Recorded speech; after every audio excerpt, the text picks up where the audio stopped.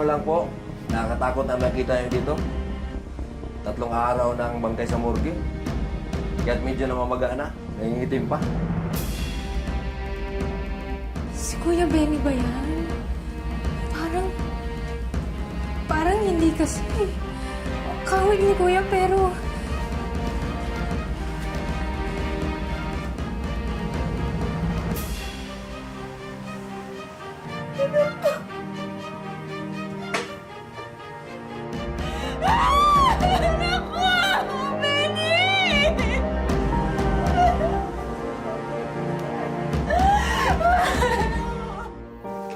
Ang maglibing ng sariling anak ay wala raw mas hihigit pa na sakit para sa isang magulang.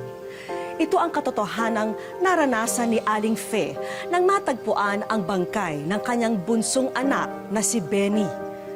Ngunit hindi sa kamatayang ito natatapos ang tampok nating storya dahil simula pa lamang ito ng ating kwento.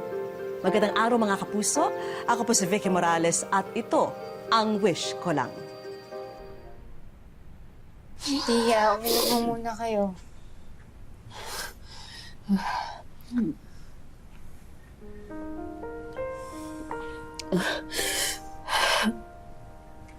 Salamat, Basyon. Ano naman ho. Salamat sa inyong dalawa sa pagsama niyo sa akin. Tia, kinsa naman namin si Kuya Benny. Hindi niyo po kailangan magpasalamat.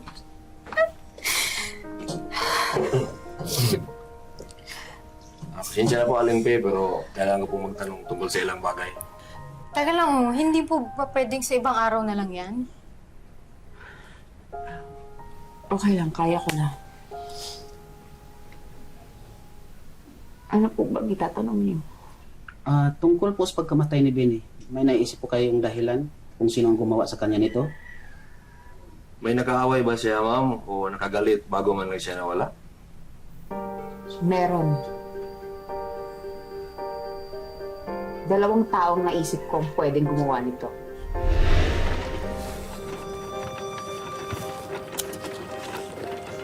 Simula nung namatay ang asawa ko at nakapag-asawa na ang iba kong anak, kami na lang ni Benny ang magkasama.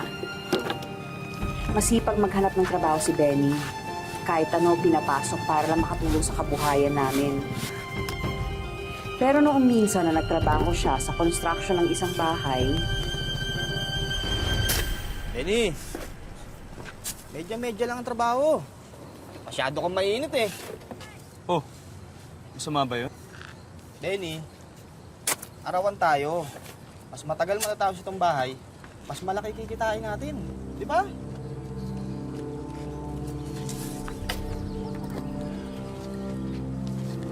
Sabi ng nanay ko, nagtatrabaho. Maayos, hindi nalalamang. Wala naman ang nanay mo dito eh. Di ka namin susumbong. Ganito na lang. Kapag pinalo ka ng nanay mo, gaganti kita. At papaluin ko din siya. Huwag mo luloko yung nanay ko, ah! Wala po, boss. Nagkukwentuhan lang. Binabayaran kayo dito para magtrabaho ha, hindi para magkwentuhan lang. Okay ka lang ba, Benny? Ayusin mo na yung trabaho na mahusay ha. Okay ba? Akong bahala sa'yo. Hoy kayong dalawa, maaga akong aalis ha, pero iwan ko muna ang susi kay Benny. Siya muna magbabantay ng bahay hanggang sa makalis kayo. Yes, boss. Benny, ito muna susi.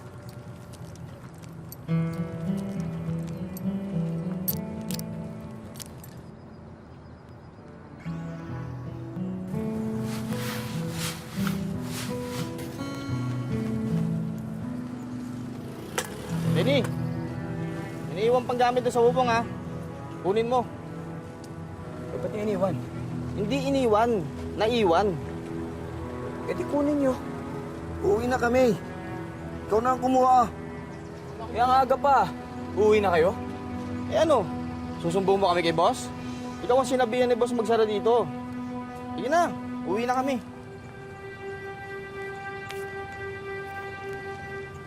Sa'yo yun.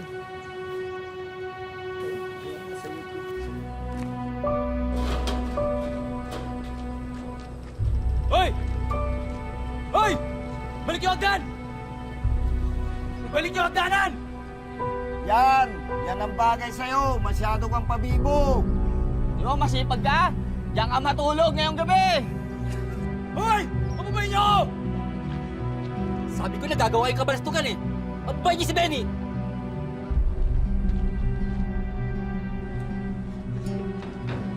Ano kayo ha?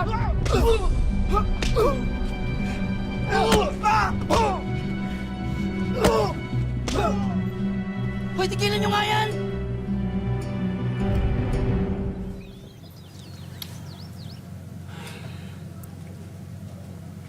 Bakit kasi nakipag-away ka pa eh?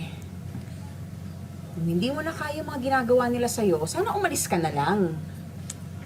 Sobra na po kasi sila eh. O, tingnan mo tuloy. Lahat kayo mawawalan ng trabaho. May nanalo ba? Hindi. Lahat kayo, talo. Sorry po, Nay. Kung tinapos ko lang noon yung elementary ko, Di ba, ganyan din ang nangyari sa'yo nung nag-aaral ka pa. Huminto ka dahil pinag-initan ka ng mga kaklase mo. pakamalas lang talaga ako.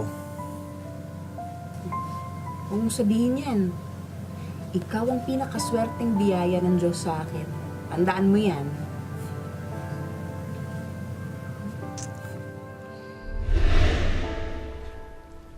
Sige po, ma'am. Imbestigahan po namin ang mga nakaaway na sa konstruksyon. Sabi niyo po, ma'am, may pinaghinalaan pa po kayo? Opo. Tingin ko mas malaki ang galit ng mga ito sa kanya. Halos araw-araw, naghahanap ng mapapasukan ng anak ko. At gabi na rin siya nakakauwi.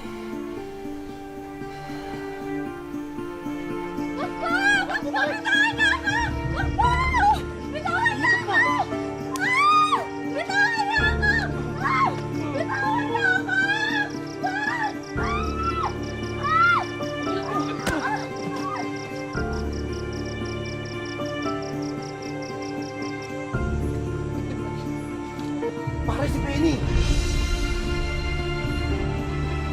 Ano ba yan? Hindi mo magsasalita yan eh. Ito, hindi natin. Meron nga rin pag-rape sa babae. Hindi niya sinabi sa akin nung gabing yon, pero Ay, excuse lang ho, Tia, at saka mga sir. Kausap ko ho yung mga kamag-anak ho kasi namin. Ang sabi ho, kulang yung pampalibing para kay Kuya Benny. Eh, Tia, ano daw ho bang balak niyo? Vashon, pakisabi na lang sa kanila na gagawan ko yan ng paraan, ha? Sige po. Hindi ako papayag na magtagal pa dito ang anak ko. Pasensya na po. Ano pa ang nangyari pagkatapos nun?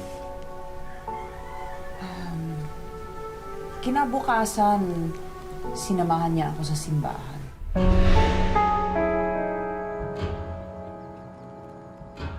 Hi, Kuya. Magsisimba pala kayo, hindi pa kayo sumabay sa amin. Ay, naku, Tia, hindi na po kami sumabay kasi nakichismis pa po kami doon sa may presinto.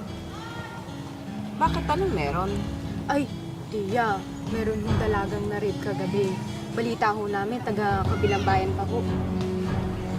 Talaga? Diyos ko, kawawa naman. Ano nangyari sa babae? Ay, kuya, nandun pa sa presinto. Pero, papunta na yung kamag-anak para kunin siya. Pare si Benny!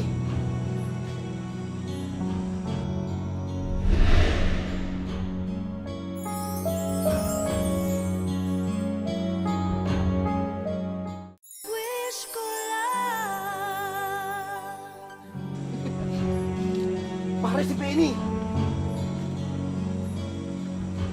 Ano mo yan? Teka, Kuya, ba't ba mukhang concern ka doon sa biktima? Ha? Hindi, naawa lang ako. Buti, hindi siya pinatay. Totoo yan, kuya. Hindi nga daw niya kilala kung sinong gumawa nun sa kanya eh. Kaya kayo, huwag kayo magpapagabi sa kalye, ha? Delikado ang mga kalsada ngayon. po, Tia. Ingat kayo lagi. Opo, Tia. Kayo rin po. Ingat po.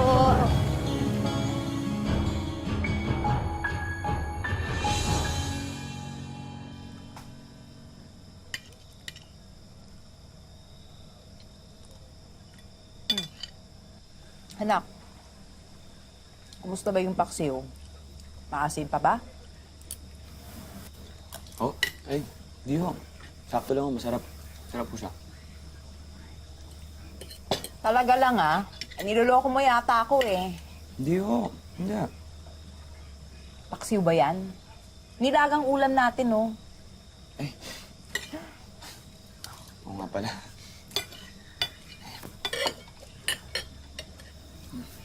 Anak, okay ka lang ba? May problema ka ba? Parang kanina ka pa wala sa sarili. Simula nung umuwi tayo galing simbahan. Anak, sabihin mo na. Sabihin mo na sa akin kung anong problema. Kung ano man yun. Baka matulungan pa kita. Nay, nakita ko sino nag-rape dun sa babae. Pauwi ako nun sa trabaho. Nakita ko sila hinihilan nila yung babae. Taga rito sila.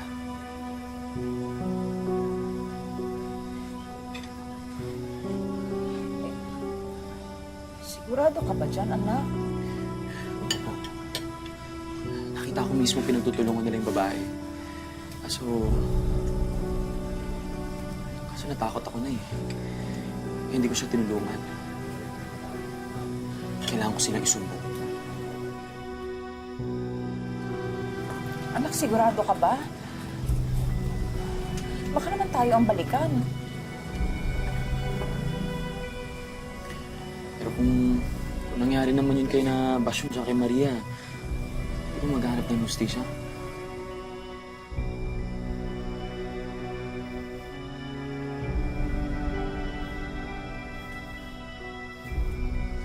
Tama ka, anak. Gawin natin kung ano yung tama.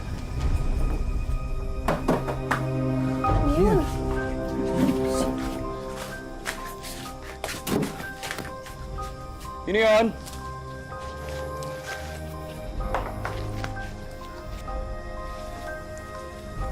Sa susunod, granada na ang ihahagis namin. Manahimik na lang kayo. Nagpilit pa rin si Benny na tumestigo. Hindi daw niya kayang manahimik. Ayaw siyang tigilan ng kanyang konsensya. Magandang umaga po. Ano pong may paglilingkod ko sa inyo?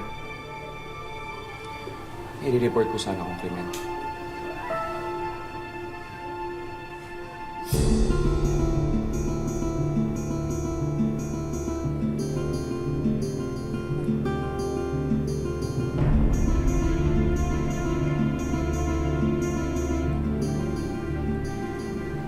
Kilala ko kung sino nung rape dun sa babae nung isang araw. Dahil sa pagtestigo ng anak ko, nabigyan ng hustisya ang biktima at naparusahan ng mga may kasalanan. Pero lalong nagalit sa amin ang mga kamag-anak ng mga nakulong.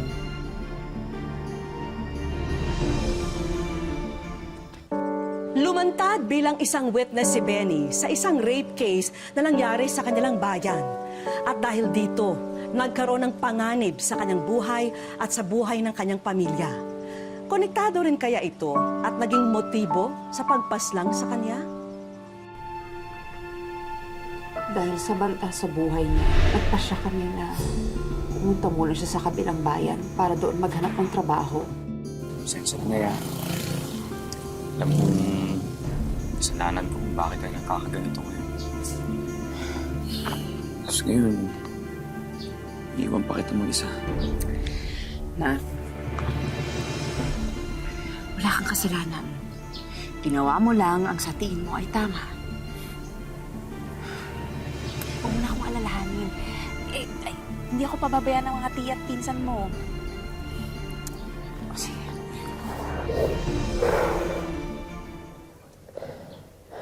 Basta mag-iingat ka lagi, anak, ha? Oo, Nay. Sige. Tandaan mo, mahal na mahal ka ni nanay. Di ba?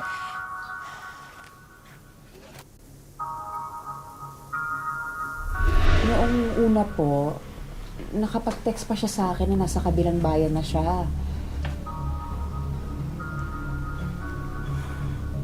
Pero nitong huli, mahigit 1 linggo na siyang hindi nagpaparamdam. Eh, syempre nag-alala na ako. Kaya, humingi na ako ng tulong sa mga kamag-anak namin. Nabalitaan lang po namin na may lalaking binaril sa kabilang bayan. Maraming salamat po, Aling Pe. Iimbestigahan lang po namin ang mga taong nabanggit niyo. Nakikiramay po kami uli. Maraming salamat. Salamat din po. Salamat.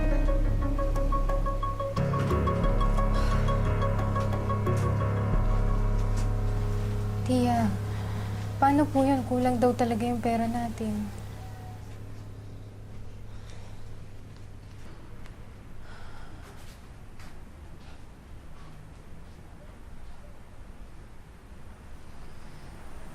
Gagawan ko ng paraan, Basyon. Hindi na baling mabaon na ako sa utang. Mabigyan ko lang ng maayos na libing ang Kuya Benny niyo.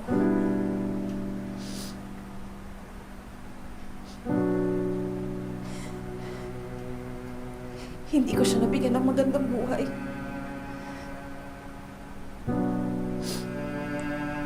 Pero bibigyan ko siya ng maayos na libing.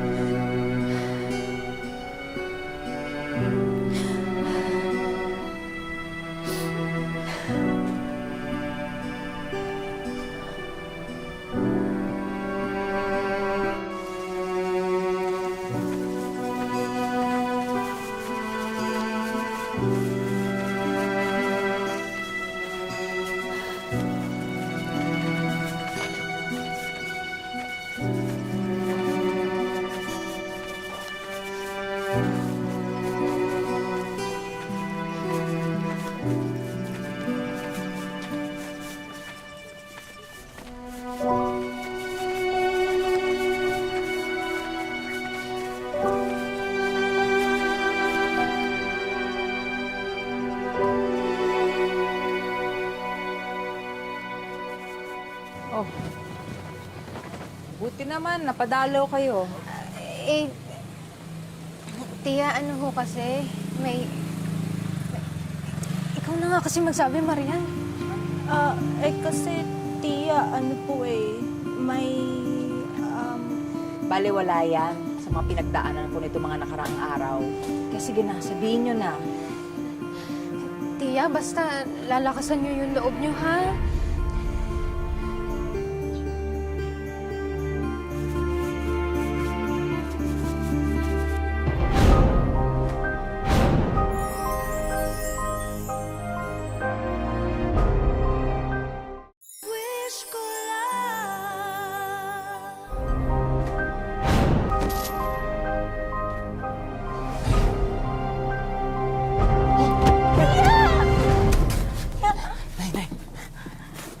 Maria, kumuha ka nga ng tubig. Dali. Nay, ako to. Ako to.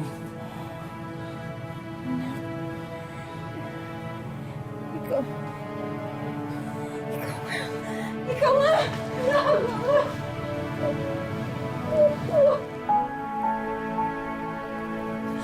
Naku, buhay ka! Ano ba nangyari sa'yo? Saan ka pa nagpunta? Akala namin patay ka na. Buhay si Benny! Buhay si Benny! Buhay ang anak ko! Oo, Nay. Buhay ako. Salamat sa Diyos! Buhay ang anak ko! Nay, nagsikap ako umuwi ngayon. May nakilala akong mag-asawa sa kabilang bayan. Mga misyonary daw po sila. Natagpuan nila ako dun sa kalsada. Naawa sila sa akin at tinulok nila ako ng trabaho sa simbahan nila. Wala na po akong kahit kaunting pera noon, kaya hindi ako nakapagsabi sa inyo. Sinama po nila ako sa Maynila. Nagsimula na ako magtrabaho para sa kanila. Hanggang sa nabalitaan po nila na natagpuan daw ang isang biktima ng pamamaril na kapangalan ko. Benny!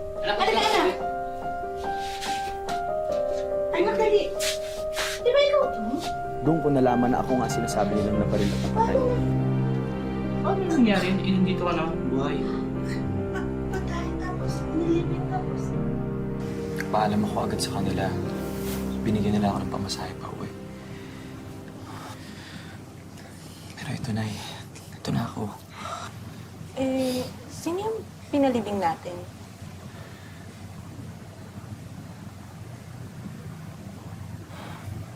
Kung sino man siya,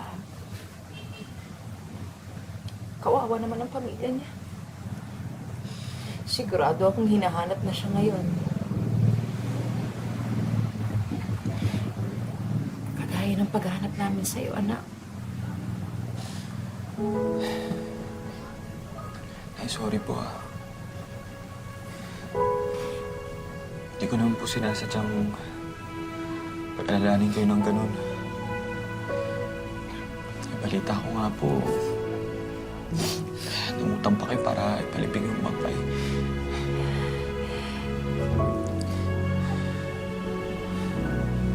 Anak, huwag mo nang isipin yun. Nakakayanan natin bayaran ng mga utang. Pero ang buhay mo, yung makita ka uli na buhay, walang katumbas.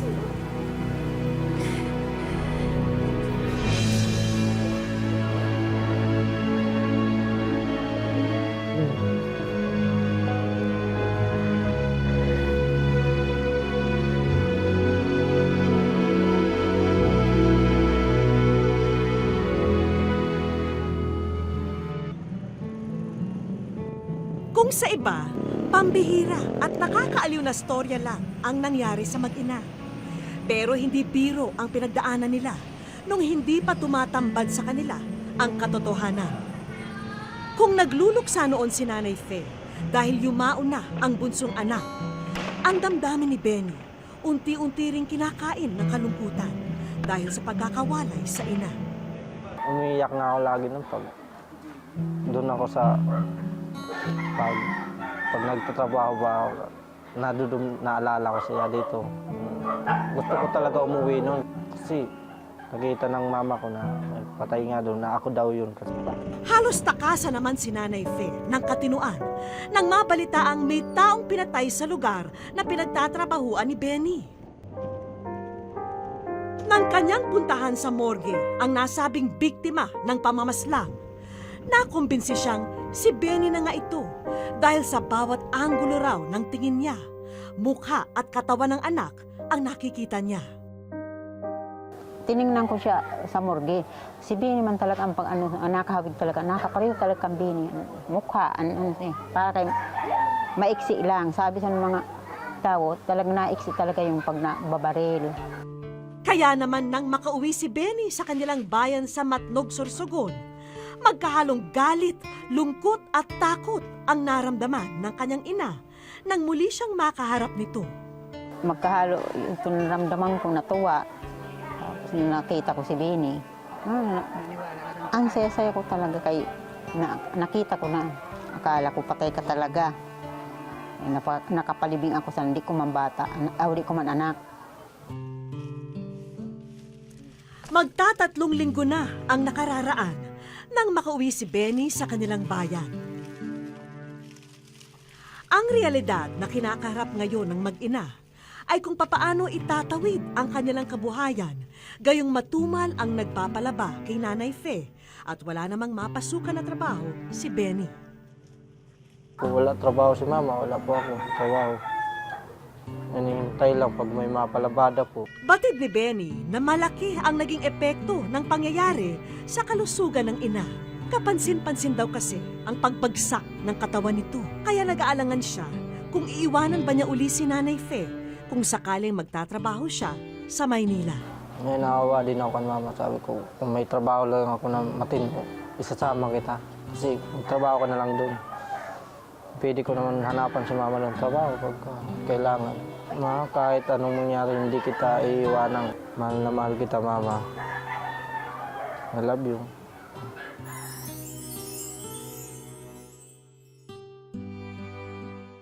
Sa aming pagbabalik, Ikaw ang wish ko lang.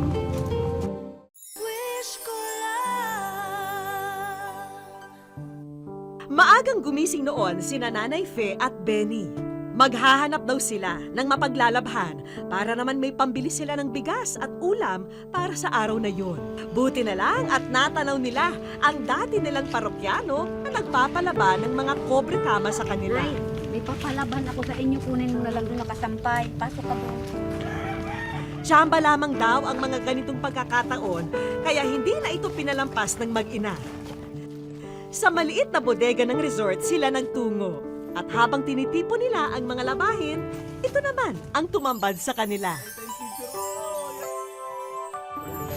Ikaw ang wish ko lang. Masaya na. Kaya nakalagay na kami dito sa wish ko lang. Sobra, pagmamahal ko sobra talaga. Makita ko sa kanya kung gaano ko siya kamahal. Para sa una niyong regalo, time out na muna si Nanay Fe sa paglalaba. Dahil ang bago niyang sari-sari store ang pagkakaabalahan niyo. Salamat po. Salamat sa Diyos. Ngayon lang to para sa amin na tulong na to, parang ngayon lang po mangyari. Kaya maraming salamat po sa At para iwas lugi negosyo, dadagdagan pa namin ng kapital ang inyong sangkatutak na paninda. Makapahinga-hinga ako sa panglalabahan. nakapaghinga daw mo po. At kung dati naging malaking problema ang komunikasyon para sa mag-ina, sisiguraduhin na naming updated na kayo sa kinaroroonan ng isa't isa. Dahil meron na kayong tig-isang brand new smartphone. Salamat po sa Miss Vicky. Mahirap daw kalimutan ang kabanatang ito sa buhay ni Nanay Fe at Benny. Dahil sa kabila ng mapait na karanasan, sinubok nito ang kanilang katatagan sa pagharap nila sa pagsubok. Hindi na mababawi ang pagluha, kalungkutan at paghihinagpis na naranasan ni Aling Fe nang mamatayan siya ng anak. Ngunit hindi rin matatawaran ang kanyang kaligayahan nang muling makapiling si Benny. Hindi man sila ang namatayan, may isang pamilya pa ring naghahanap sa kanilang nawawalang kaanak. Dahil hanggang sa ngayon ay hindi pa rin po nakikilala ang bangkay na pinalibing ni Aling Fe.